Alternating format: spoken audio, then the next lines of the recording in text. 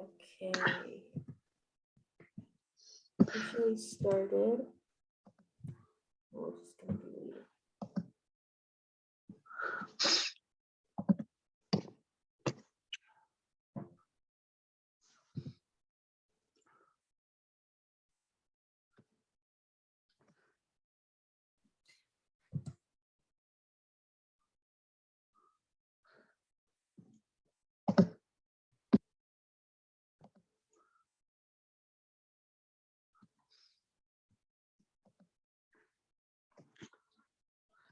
I hope my cat doesn't get in the way. She's sitting on my lap today. So if she jumps up, excuse me.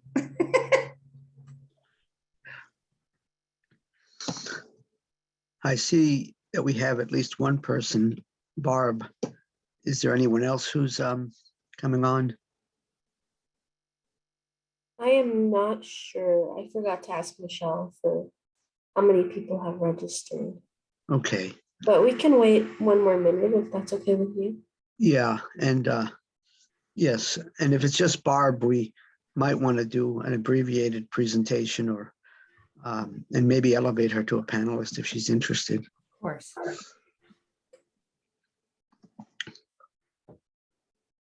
Good morning, Barb.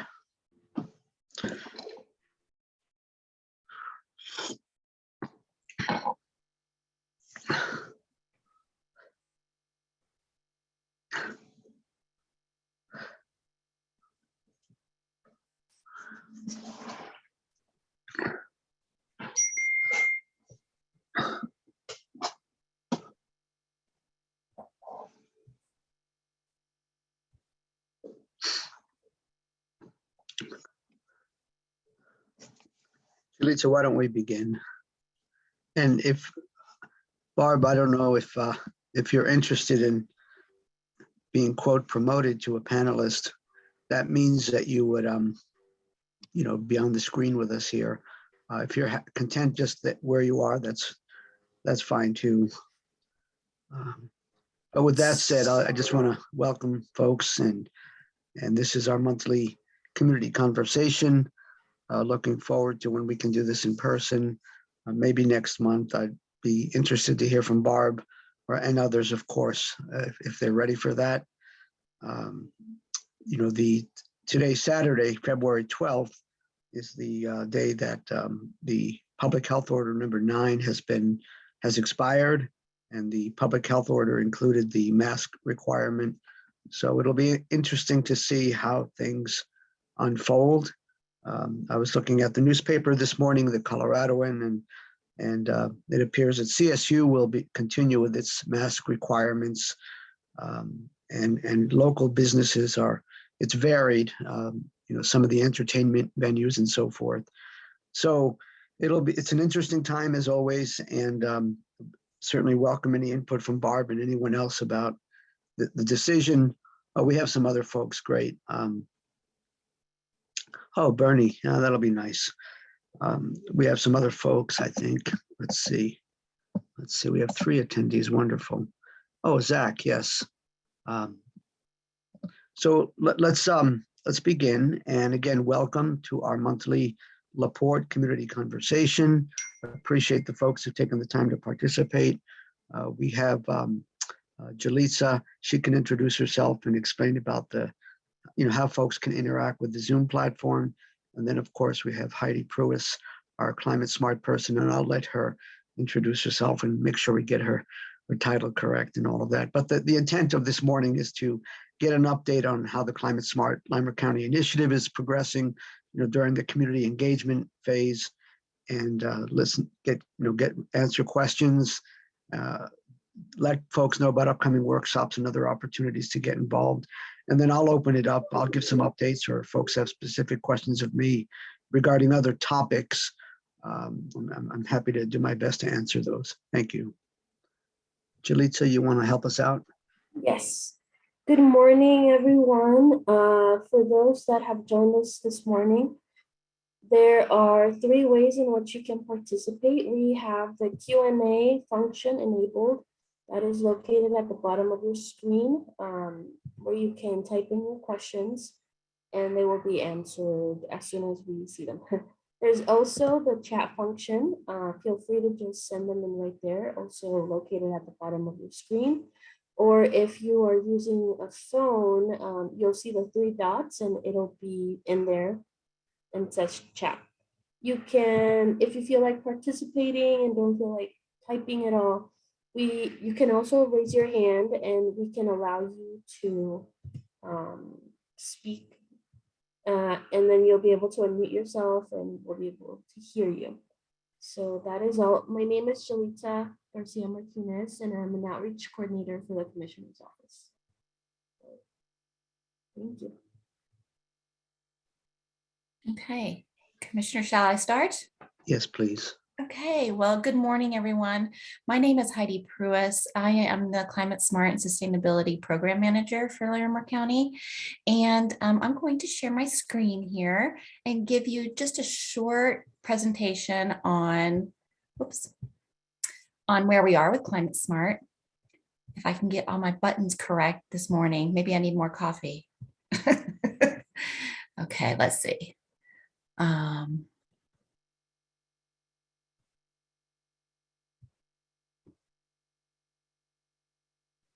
Okay, here we go. Can you see that all right? Are we good? Okay.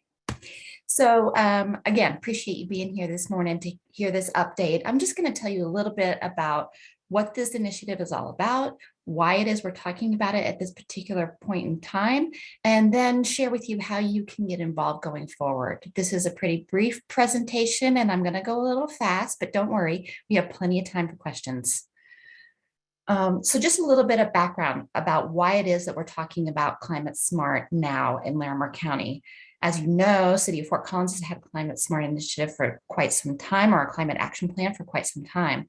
But in Larimer County overall, we're recognizing that there are increases in our natural disasters. And while it is true that the actions that we take every day are not the cause of these natural disasters, the actions that we're taking are amplifying how often they are occurring and the magnitude for which they are occurring. In addition to those natural disasters, we are experiencing on a day-to-day basis impacts that are affecting not only how we live in our homes, but where we work and how it is that we recreate in our county. So if you have maybe some health condition or a living condition or work condition that exposes you to the outdoors every day, and we have these unhealthy air days, we know that the impacts from the changing climate are affecting you disproportionately. And so recognizing that these changes are happening, the actions that we take every day are impacting that, we want to be sure that we are cataloging and taking into account the things that we are doing so that we know how to best react to changes and improvements in those things. So if we know that in Larimer County, 60% of those who live here actually work here, we have we are afforded an opportunity to do a little bit better with, for instance, how we move around, and not just us, but our goods and services as well. You can see there that when we have these percentages that are less than 10%, that might indicate that we have room for improvement for sure. In addition to just how we move around, our energy efficiency, our waste management, all of these things, while we may have an existing program for them today, we definitely can improve on these programs over time. So the Larimer County Board of County Commissioners adopted in January of last year, so it's a year old now, a Climate Smart Framework document. This document was created by a team of county staff from a variety of different departments, and they came together and put their thoughts on paper with regard to strategies that could be implemented moving forward. Some of these strategies were in addition to what was already going on, and some of them were improving or creating something new, right? The overriding recommendation in that framework document, though, was that we needed to go out into the community and get a little bit more reaction with regard to where we sit with climate issues in our community and what your ideas are. So that's where we are right now, is phase 2 of this initiative. It began in November. It will go through May. And then we will launch phase 3, which is the actual development of those implementation steps, articulating the actions and goals as we go forward. Now, just because phase 3 doesn't include community outreach in the title doesn't mean that we won't be community engagement. Of course, there will be all through the process. It's just that this phase is focusing on community outreach. Just a little bit more background information. That framework document that was approved in phase 1 included these 6 areas. And as I indicated before, these were developed by county staff. And so you might see that they mimic the titles of what county departments there are. Is this the way that we think about it? Well, that was one of the questions in our first questionnaire. We had 570 people and about take that questionnaire and give us some ideas about what it is that we could improve on and what we could do better. We also learned in this questionnaire that, yes, the majority of folks in our community believe that they are being impacted by severe weather changes, climate changes, but more information was requested in those ideas that were shared. Another thing that came out of that first questionnaire series is that when the community overall about a couple of things that are raising to the top of the mind. One of them is around sustainability issues. How can we think about not only what we can mitigate today, but how it is that we're going to adapt moving forward for the future. Also thinking about quality of life, that this is more than just about the emissions from a vehicle. We need to think broader around the impacts for our entire quality of life, health, social issues, and the like, economic issues.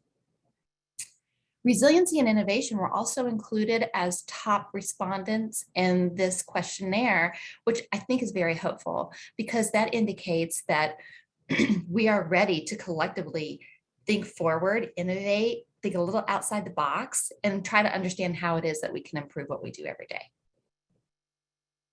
So we put together all this feedback from questionnaire 1, and we married that together with what we're hearing and what we saw in the framework document and came up with these 4 categories, these 4 overarching areas.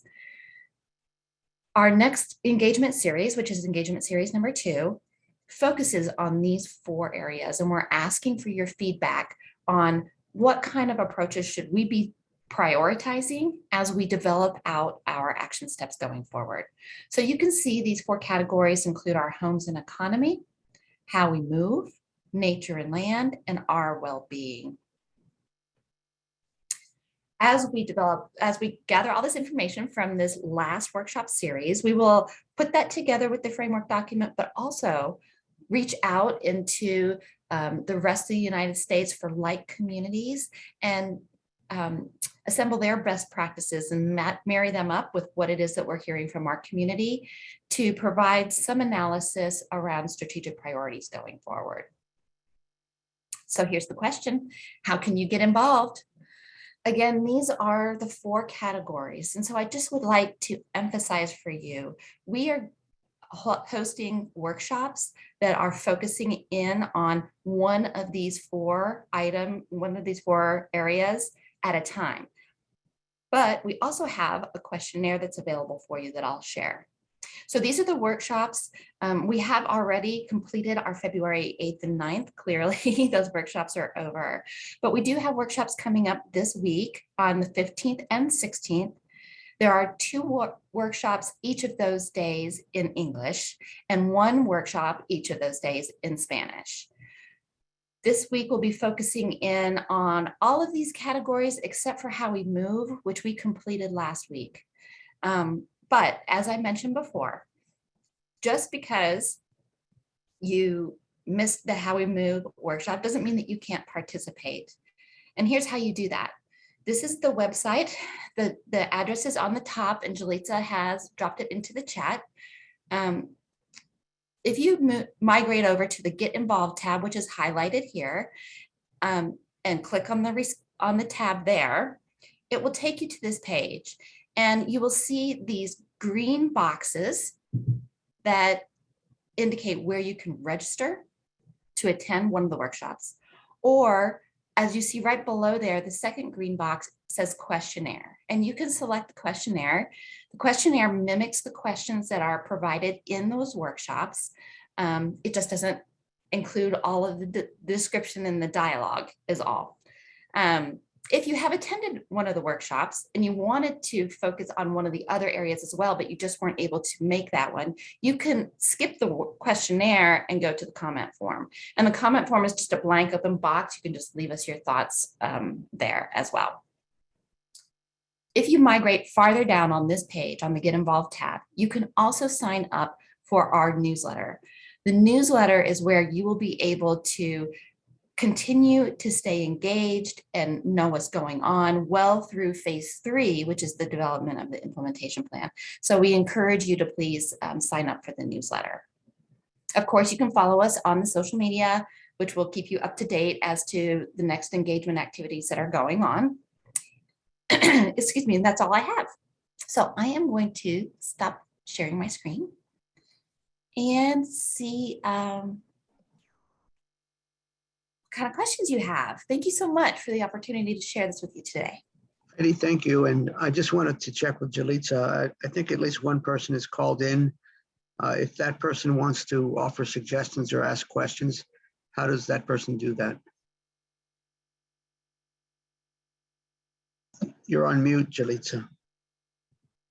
That is a good question, Ron. I believe it's *9. At least I know from other *9, meetings, okay. but that's from other meetings. We want to make sure we have that right, but because sometimes folks will call in and they're not using the Zoom platform. Give me 1 second while I figure it out, if that's okay.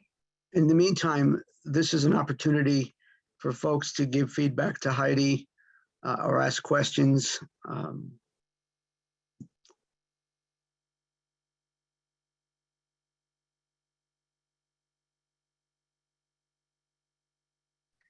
Okay, I see a question from Zach about what's the end goal of this activity? Is there a plan for net zero? So thank you for the question, Zach. The end goal of this particular activity is to gather the feedback. Phase 3, the development of the implementation plan, has a couple of goals. One of them is to identify those priorities that we need to focus in on. We can't do everything the first year right out of the gate, correct? So we need to be able to focus on priorities that deserve the attention for the first year or two.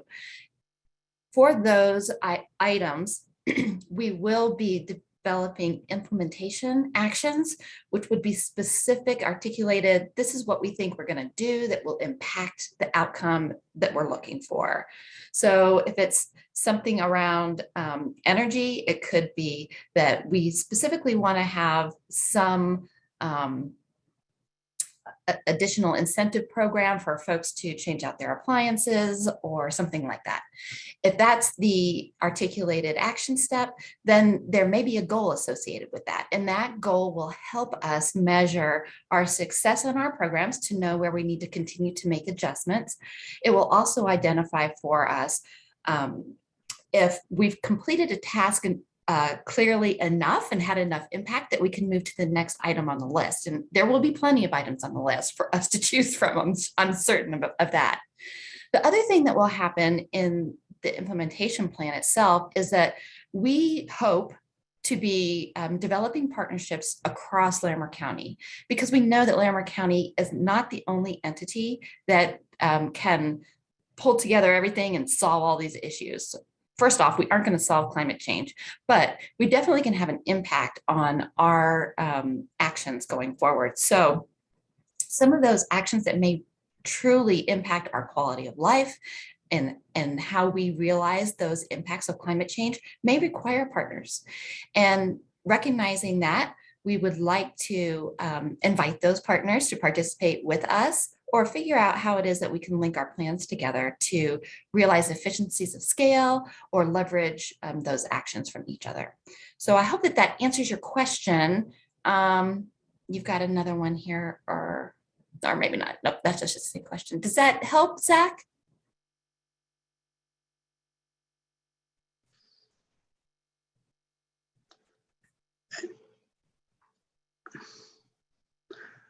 All right, so I did figure it out.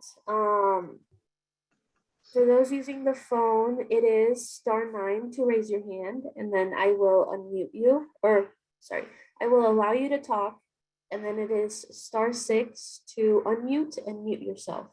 And once that has, once that function has been enabled. Thank you, Jalitza. And again, if folks are participating via the Zoom platform like Zach or others, you can use the raise hand feature and actually, rather than just a Q&A, you can actually ask your question or offer your idea. Heidi, could you talk about greenhouse gas emissions management? I think that's an overarching, at least from my perspective, overarching reason why we're doing this. How do we adapt? And how do we figure out specific things comprehensively that will help lower our greenhouse gas emissions and setting target goals? And Zach represents the farming community, the ranching community. And I know that one of the discussion items is around the concept of regenerative farming and carbon sequestration and those kinds of things. Right. Thank you for that. And I see your question, Zach, about linking together the extreme weather events to human activities. What we know is that our population in Larimer County is continuing to increase. As that population increases here and in other communities, we know that what comes with that are a couple of other increases. We have increases from our vehicle emissions because each one of us comes with vehicle. We know that we have increases from our energy sources, right? So our energy sources and how it is that we utilize that energy, if it's efficiently done or not, impacts not only our air quality and our water quality, but it also impacts our wallet, how it is that we are spending our dollars.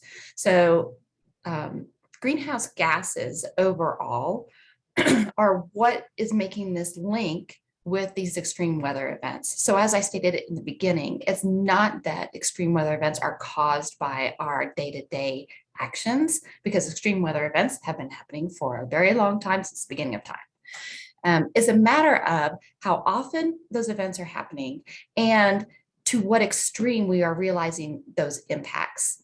So we know over time that our droughts, for instance, have been increasing in the length and in the intensity of dryness into the soils because of the extreme heat that goes along with those droughts. These things are exacerbated by those emissions that are put up into the atmosphere that create ozone and the other greenhouse gas emissions that we might realize that just continue this cycle of ever increasing impacts to our community. So we know that these actions that we're taking every day, whether it's how we get around, whether it's our emissions in our homes or the like, are having some sort of an impact on amplifying those effects of the extreme weather events. So when we think about regenerative farming, or we think about how it is that we manage our soils, there are opportunities that we are continuously learning about, that we're continuously understanding about what the cycle is in our atmosphere and how that relates to what it is that we're doing within our soils, how we're utilizing our water, and just overall how we're acting every day, whether it's our recreation activities or whether it's our work activities. So I hope does that help a little bit? Is that what you were looking for, Commissioner Papalos? That's helpful. Thank you.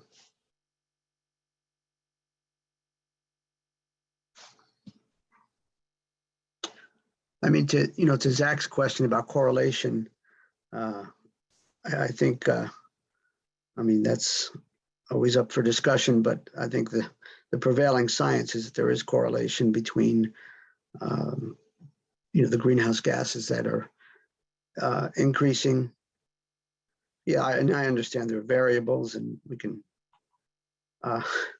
but most of what I understand from the CSU and other sources of information is that the drought conditions, the temperatures, there's the extreme Cameron Peak fire, the intensity, the Marshall fire that just occurred, wind events, all of that. So, I mean, that's part of why we're doing this community engagement, to get a sense of, where people are at with this and what they think the county, both as an organization internally, because I think we need to be good role models, and certainly what our recommendations and our incentives would be for the community to try to address some of this. And even if you look at it through the lens of clean air, water, and land, I mean, that's another thing that I think we can find some common ground if we want to avoid some of the language that maybe triggers folks. I think if we can agree that we want clean air, water, and land, and our air quality is not the greatest, where we continue to be in a serious or non-attainment area for ozone, and that has public health implications. The air is not as the way it was when I moved here 45 years ago. And so, I mean, I think those are all real things that we need to figure out how we can address them. That's my opinion, of course. Well, and this plan really will overarchingly help us understand how we can improve the processes that were already underway. So if we agree that we would like, to Commissioner Kapala's point, clean air, clean water, a safe outdoor experience for those who have to work outside, for those who want to recreate outside, or if that's your method to get to work, then there are certainly ways that we could improve. We know that folks in our communities are not impacted the same way, depending on where they live or what kind of situation they're working within. And so as we look towards improving those conditions, it should, our actions should be able to be tracked and measured to identify precisely how it is that we can improve our own environment and take some ownership of how our conditions are changing here locally. It's an improvement plan. Other questions or thoughts? And I know that Zach is putting comments in the Q&A, and I'm happy to address those. The article that you sent us is very helpful, and I suggested that it be forwarded to Heidi. But one of the issues that I think is a valid issue is that with Boulder County, they have a lot of open space and a lot of land that's the county owns, that's farmland. And in the old days, I guess grazing was allowed. People had cattle, and then that was not allowed. And the one of the concerns is that not allowing for that grazing, that kind of natural, or even, I think, according to the article, there was an offer by, I think, Ted Turner at the time to put bison on that land, which was historically what we had out on the plains, and that was rejected. But I think that the takeaway is that not allowing that kind of grazing, which was part of the sort of the natural cycle, allowed those grasses to build up underneath. And then when it was a wet spring, a lot of the grasses grew, but underneath was a lot of dead grasses. And then the winds came and something sparked the fire. We had the most horrendous fire in Colorado history in terms of damage to homes and livelihoods. So I think all good points, and I think those are all things that need to be addressed as we look at developing some type of Larimer County Climate Smart Action Plan, implementation plan. Well, and to your point, within the workshops that are coming up this next week, if you would sign up and participate, you would see that there is the option for you to help us better describe this initiative.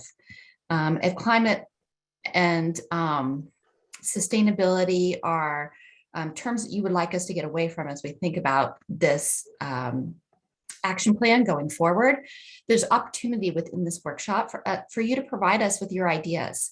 What is it that you would like us to focus on? If you would like us to focus on improvements in how we manage our forests, for instance, of what you're putting into the chat. This is your opportunity to tell us how you would like us to do that. How would you Yeah. like us to focus? And I think one thing we need to improve, because Zach is a strong representative from the ag ranching community, and he's the chair of our ag advisory board. And I think we want to make sure that we are doing what we can to, to include the, the ag community in some of these discussions. And I know we have workshops and all that. I know that at least one member of the ag advisory board is on the climate smart task force. So I think we just need to continue to improve it, make sure that all voices are included, and that ultimately the plan reflects, what our realities are and what our priorities are. That's what I think. Are there other questions, comments regarding Heidi's presentation and our efforts around this Climate Smart Larimer County initiative?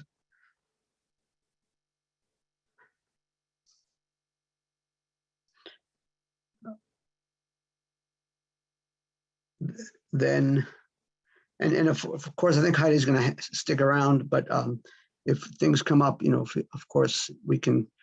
I don't think we're going to walk away from this discussion, but let me offer a couple of updates and then see if folks have questions for me of more general nature. But the updates that I'll provide, I think most of these things are linked, and there are direct and indirect connections. So, for example, yesterday, I participated. Yeah, well, I appreciate that. So yesterday, and we had a tour, a site visit to the. Some of you may be aware that the energy house, the Powerhouse One, the land across the street across from the Putah River White Water Park on East Vine Drive there, from College Avenue all the way to Jerome Road. That land is going to be the site of the new Powerhouse 2 campus.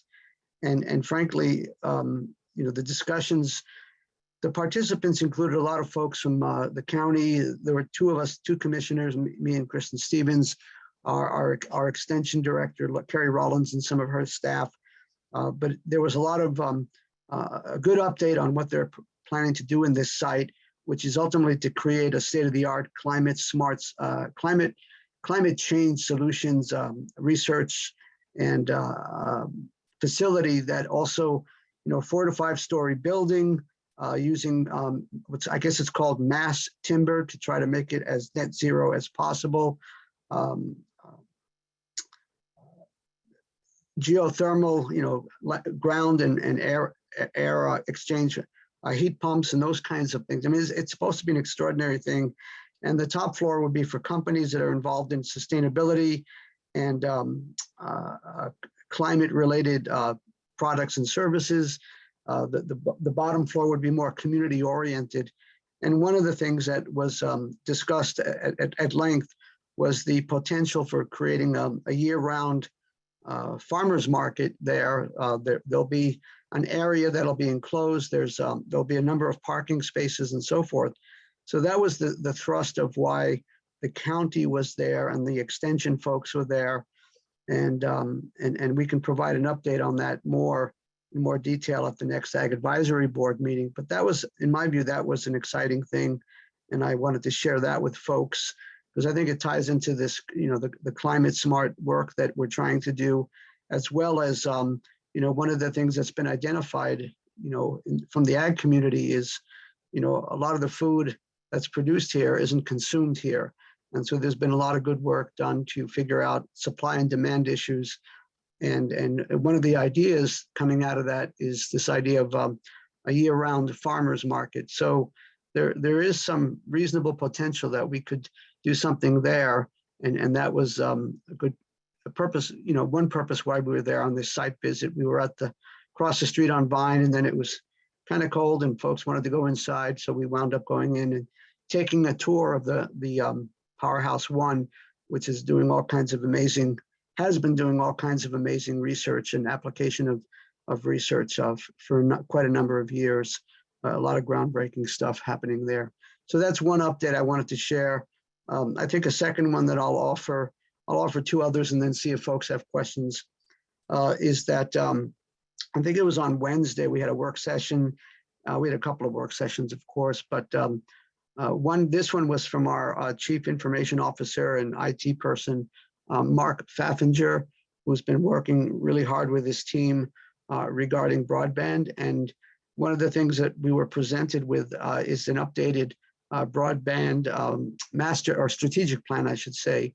And so we were discussing some of the strategies there, some of the grant opportunities that exist. And so that's another thing I would share with folks, which in my view connects with this, this issue of climate smart, because one of the biggest sources of air pollution is transportation. And so I think at a recent economic and workforce development regional meeting that I participated in on Wednesday morning, there was one of the points was that each day people commuting back and forth to work from Larimer and Weld County is the equivalent of the population of the city of Loveland. So there's a lot of commuting going on. And if we can continue to improve on our high-speed internet broadband, then that's one way that people will have some choices. Regarding the Red Feather Lakes, we did put $1.5 million towards to work with Poudre Valley REA, and there are some really tangible next steps regarding improving the internet access from Livermore all the way up to Crystal Lakes, including Glacier View Meadows. So in my view, that's actually very exciting. And we're hoping to hear back soon from, I think, a $28 million grant that we submitted to something called the NTIA, the National Telecommunications and Information Association. And those funds would be used for helping with, not just putting the infrastructure in the conduit or the, on the poles that Poudre Valley REA has, but also getting the fiber in there. So that's another thing I wanted to share with folks. And what's interesting over the last couple of years, the city of Fort Collins has a municipal, they provide broadband, connection. Loveland has Pulse, Estes Park has Trailblazer, and we've been in discussions about updating intergovernmental agreements. And, whereas 2 years ago with connection, the city of Fort Collins, for example, there were challenges trying to get them to extend their fiber optic capacity beyond the city limits into the growth management areas, places like Poudre Valley Mobile Home Park, for example. And now the discussions are that their service area could extend all the way up. They would be the ones who would manage and operate the fiber optic, even up, along the County Road 74E, for example. And Pulse Loveland would take territory service area below County Road 30, I think, or the road that goes into Windsor. And then, of course, there's some specific things that we're doing with Pulse right now to extend some of the broadband up towards Drake, Sylvandale Ranch, Ellis Ranch, Lago Vista, which is a mobile home park on West 57. So that's another update I would share with folks. And I guess the last thing I'll mention, and then again, open it up, or if there are other topics, is we had a really good work session on Monday, I think it was. We do a lot of work sessions, I guess. And this was from our public health department. And they were responding to a request that we made back in the early part of November around air quality monitoring. We've been hearing from a lot of folks. There's a need to do, we need to consider the options for air quality monitoring as it relates to ozone levels and, all other precursors that contribute to ozone and other kinds of things that are, can be public health issues. So we had a really great presentation on Monday, looking at about 5 different options. And there's an example where one of our advisory boards, the Environmental and Science Advisory Board, ESAB, has been very involved in providing us with information about options and looking at what CSU does and so on. So that's another update I would share regarding air quality. And looks like there's something in the Q&A, so it's probably a good idea for me to stop talking for a moment.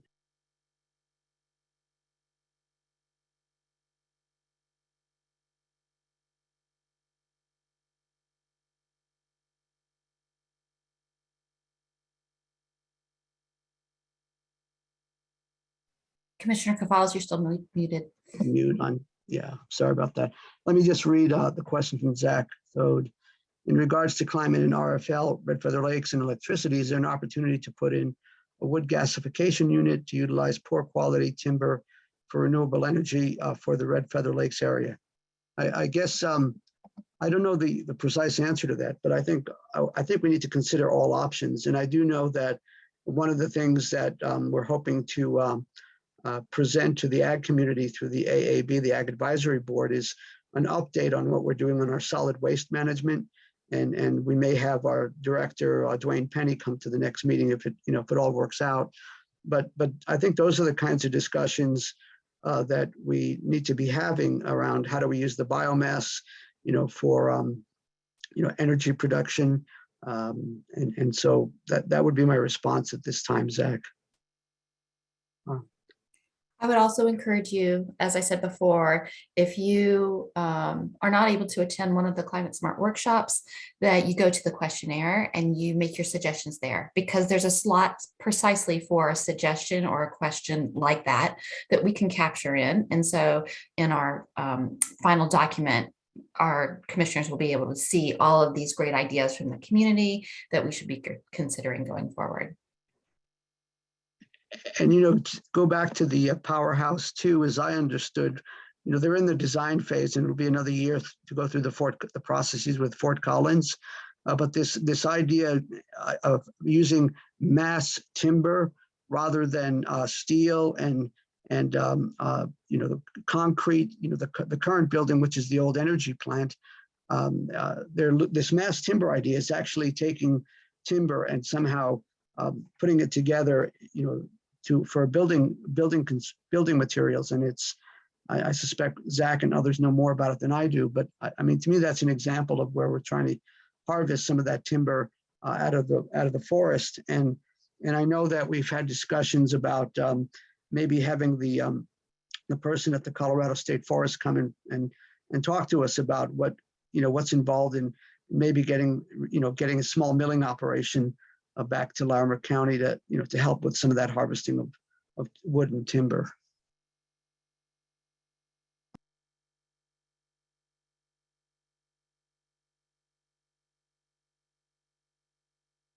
Are there other questions or topics that folks are interested in learning about?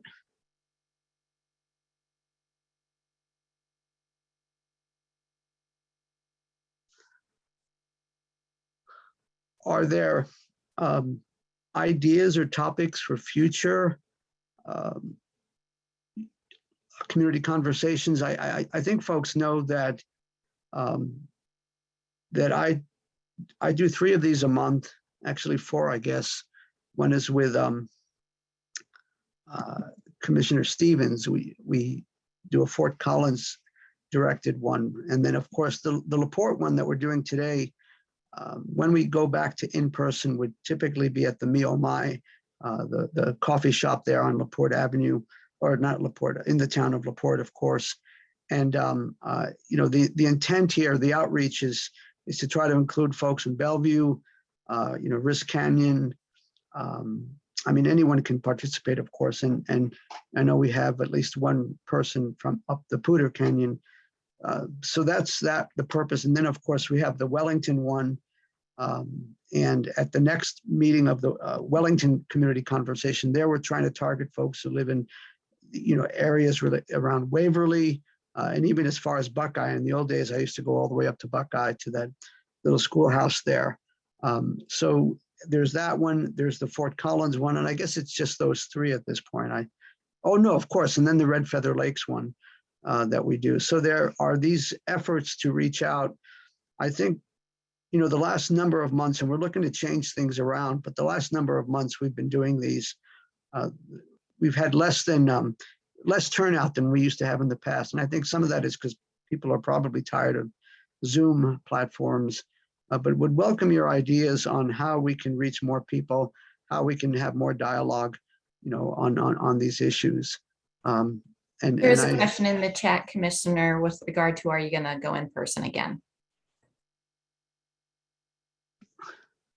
In the Q&A or in the chat, In the And Q the and A. Q&A, yeah. Oh, yeah. What would the status of the mass, are you planning to start in-person meetings? Thank you. Thanks, Barb. And so that's my intent. I think that the next one of these, if we follow the second Saturday, would be whatever that is in March. And that'll give us, that'll give us a month, of course, to see how this shift from the mask mandate or the mask requirement, what kind of impact it has. I mean, our data continues to be that, 7-day case rates and all of that, hospitalizations, positivity rates, et cetera, are decreasing, in some cases dramatically. The question is, can we be consistent with that? And of course, there's a lot of different opinions about what we've tried to do over the last 4 or 5 months, and certainly during the 2 years of this COVID situation. I would remind folks, I think it was March 9th of 2020, when we had the first confirmed case of COVID in Larimer County, and it's been very challenging since that time. But again, to Barb's question more directly, yeah, that would be my intent. And if all works out, then people will know ahead of time, and then I assume we would be meeting at the coffee shop, the bakery there, there in Laporte on 54G. Do you think we should do that, Barb, in person?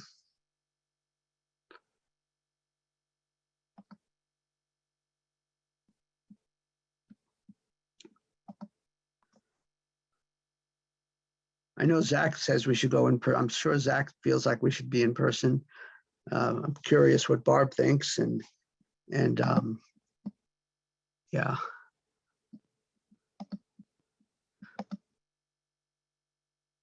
And then I'm not the person on the telephone. That person has some thoughts on what we should be doing in March. But that would be my intent, is to go to in person. And if folks, yeah, I'm sorry.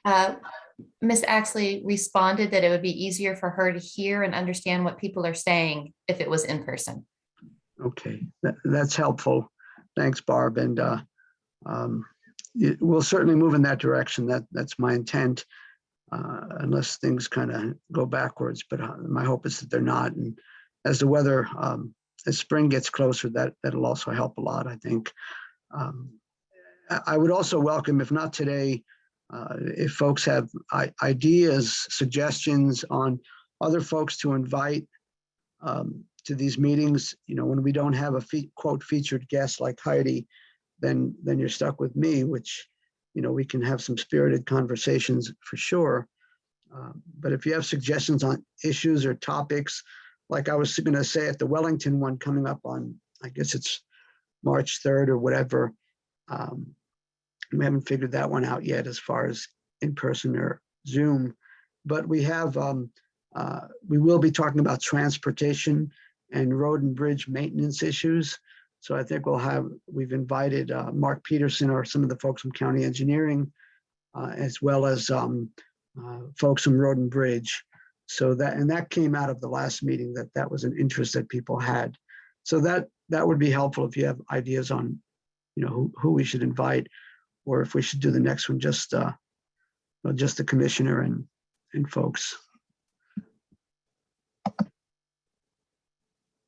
You see that in the Q&A, Commissioner?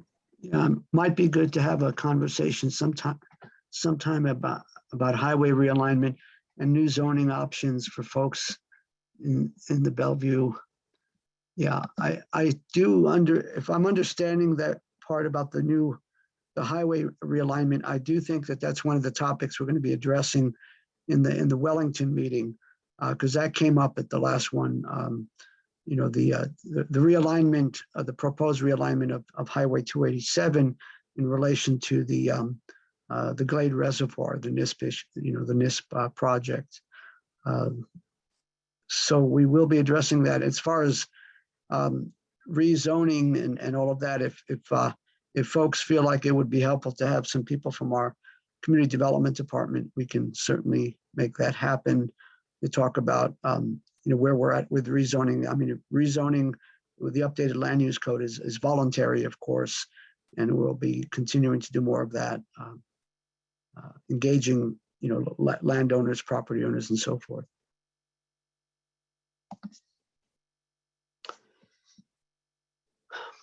Well, I reckon we could move towards closing the meeting. And I thank you all for participating. I thank Heidi and Jalitza and the folks, the residents. I hope these things are useful. And I think when we go back to in person, Barb's point about hearing is, I have some challenges there. So I'm looking forward to, yeah, thank you, Zach. I'm looking forward to, yeah, regarding the climate smart workshops. I mean, that's on the website, right? Larimer.org climate-smart, and it'll, like the one that I'm attending next Wednesday at 4:30, I believe, next Wednesday, February. This is in response to something that Barb put on there about the climate smart workshops. But the one I'm attending, I believe, is well-being, which gets into air quality and some of those other kinds of issues. Is that right, Heidi? On Wednesday, the 16th at 4:30. That's one of the workshops coming up. And I appreciate Zach's comment that at least I make the effort to be available to folks. And I would, maybe we need to do a meeting up. We've talked about doing a meeting up in Livermore. We do Red Feather. We've done some at Glacier View, but that was a long time ago. So hopefully when we start going back to in-person, maybe we can mix things up a bit and get closer to where folks are. Well, then I guess we've done our best to address questions, provide some updates, talk about the Climate Smart Larimer County Initiative and the work there. I wish you all well. I'll be spending 6 hours today with my granddaughter, watching her. So looking forward to that, and hopefully we can be outside. Oh, and here's the specific workshop link registration. Heidi just put in the, I guess, in the chat. So thanks for doing that.